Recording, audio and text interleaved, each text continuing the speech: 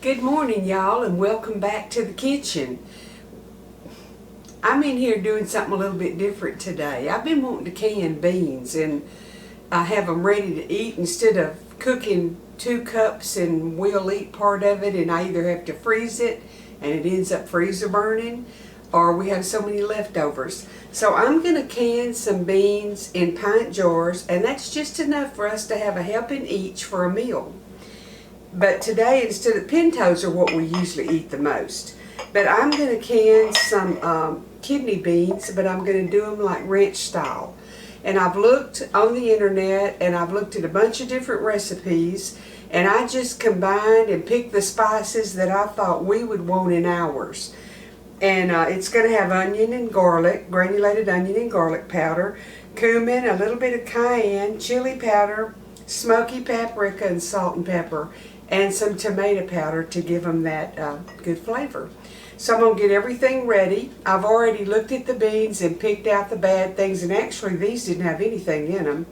I'm going to give them a double wash, and I'll get a half a cup of beans in each jar. Now, once I use up all my kidney beans, I am going to do just some plain pintos, but I'll tell y'all what I'm doing when I get to the pintos, because I want to do a full canner.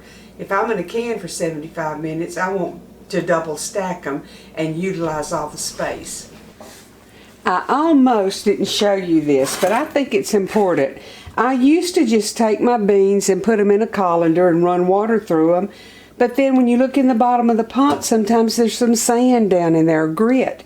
So what I do is I put them in a bowl and I stir them and stir them and stir them. And then I put them from one bowl. That way when you pick it up, all your grit stays in the bottom. It washes through better. So this is what I do. I put them from one bowl to the other. And I'll show you what's in the bottom of this bowl here in a minute. And I've just had better luck getting them good and clean like this. I don't like gritty stuff. Because even when you pick them up, see, if you slosh them around, the sand's going to wash off of them, most of it. Now I do this a couple of times just to be sure that I've got them all good and clean.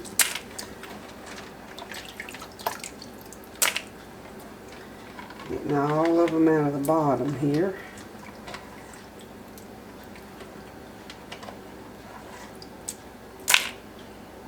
I don't know how well y'all will be able to see, but the water is pretty dirty.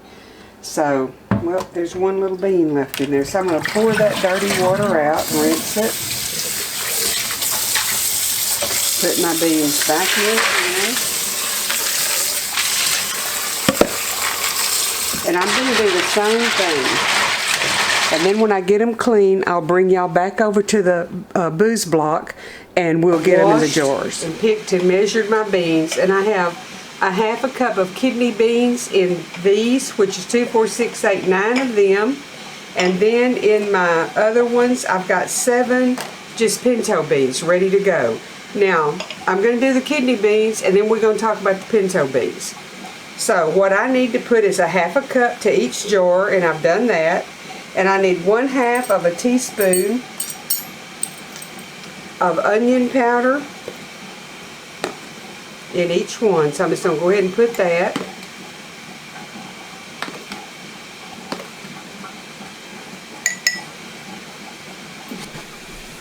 Okay, I've got to put 1/4 of a teaspoon of pepper in each one. And I'm not grinding this. I'm using the coarse ground that I got at Costco.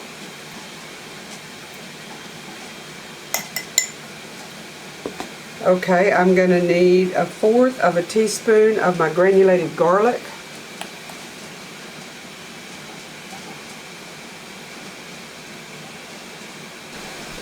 Okay, 1/4 of a teaspoon of smoky paprika. That gives it a good smoked flavor already without any bacon or ham in it.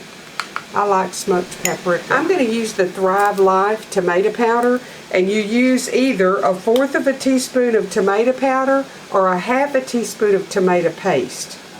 So I'm going to use because this is very concentrated. Okay. I'm going to add 1 teaspoon of chili powder.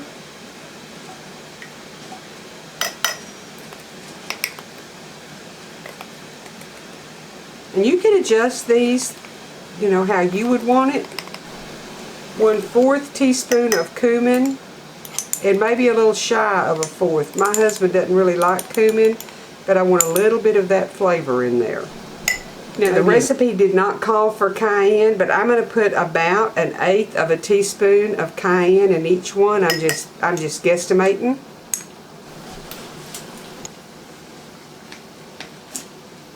And I need 1 teaspoon of apple cider vinegar in each jar.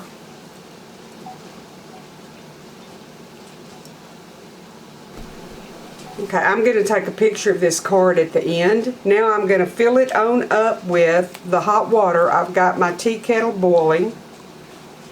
Okay, let's get these where you want to leave a 1-inch headspace, which is the bottom of this rim here.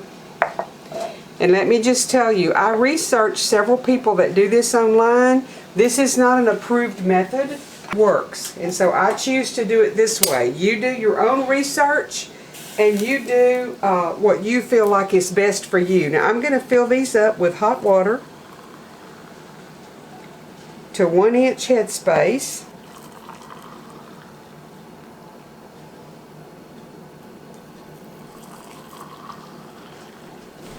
Okay, I'm going to wipe my rims with my vinegar and what. Okay, now I'm going to get my rings and lids on. See, the beans are gonna, the reason you can only put 1/2 cup is because you know how big they grow when they absorb all the liquid.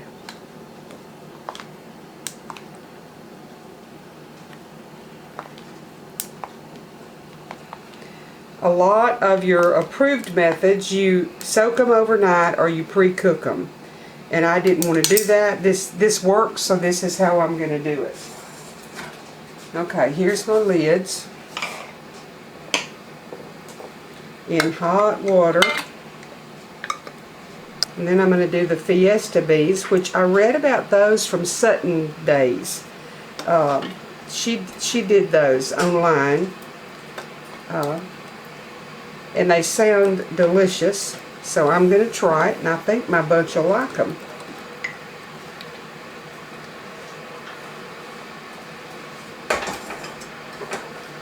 Get my rings on, and you don't want these just cranked down tight. You just want them to hold those lids on where they.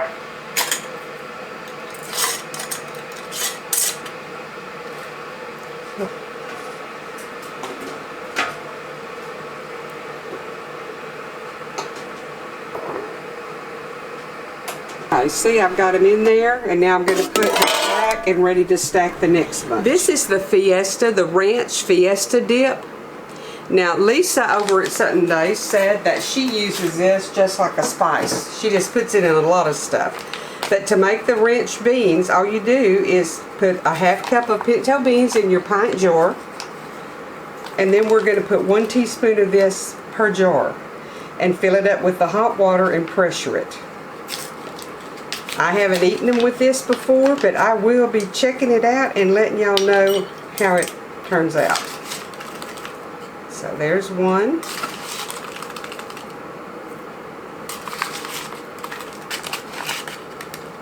Now I found this at Walmart. I don't know if everybody has it available or not. That one may have a snitch less. I just used the rest of what was in that package. Electric kettle is boiling, so we'll go ahead and use it first. I like to use the kettle because you don't have to use the funnel and you can see what you're doing.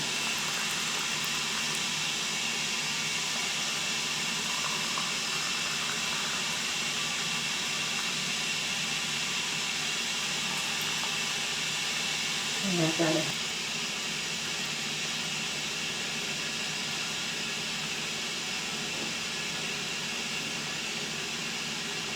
And I'm going to go ahead and stir these a little bit too.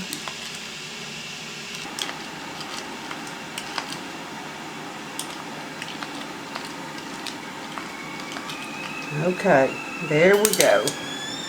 1 whistling tea kettle.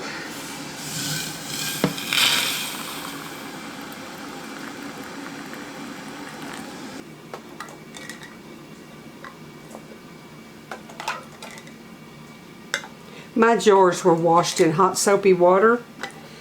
When you have something that's going into the canner at the temperature that it is, it'll sterilize everything. So I didn't have to worry about so much sterilizing the jars. All of my headspace looks good.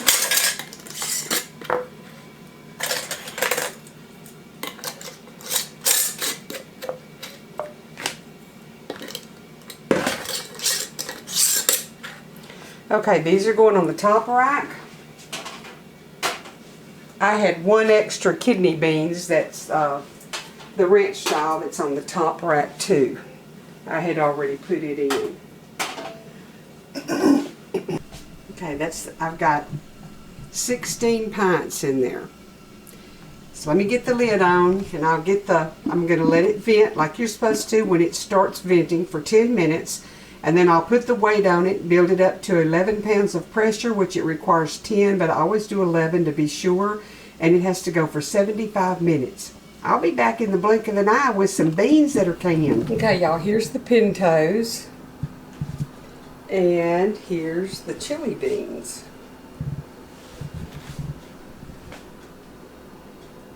I'm pretty pleased with them. A couple of the jars, the liquid is absorbed more than the others. I'll eat those first. I'm going to tell you something. Canning these beans was just pure easy. Especially the pintos. I'm anxious to taste them with that Fiesta ranch dip in them. And if we like them, oh my goodness, when they're gone, I'll do another batch. And the ranch beans, we like ranch style beans with macaroni and cheese and fried pork chops. So if these taste anything near like the bought ranch style beans, I'm going to be so excited. I will put up some more of those. Hope y'all are enjoying this. I'm trying to do a variety of stuff. I cook something for us every day, but if I do something that I think maybe y'all haven't seen or you'd like to see, then I turn the camera on. So this is something I haven't videoed before, and I will be doing some more canning. I'm going to do some black beans, and I want to try some pork and beans. Y'all have a blessed day. Cook you some beans and cornbread or something and put it on your supper table. And you know what I'm going to tell you, but it's very important. Hug and love those kids and love your family and give your kids your time. Pay attention to what they say and make them feel important. Home should be a shelter and a haven for your kiddos. Once they get in the door of your house and it's locked behind them, they should feel like they're in the safest place on this earth. And the environment there should be peaceful and safe. So try to think about that. Try to think, don't speak harshly, don't yell and scream, don't take your frustrations out on them. Make their childhood the happiest days of their life, and you'll be rewarded with some well-rounded, good adults one day. The Lord bless and keep y'all. Come back here tomorrow for another recipe and another bit of advice from me.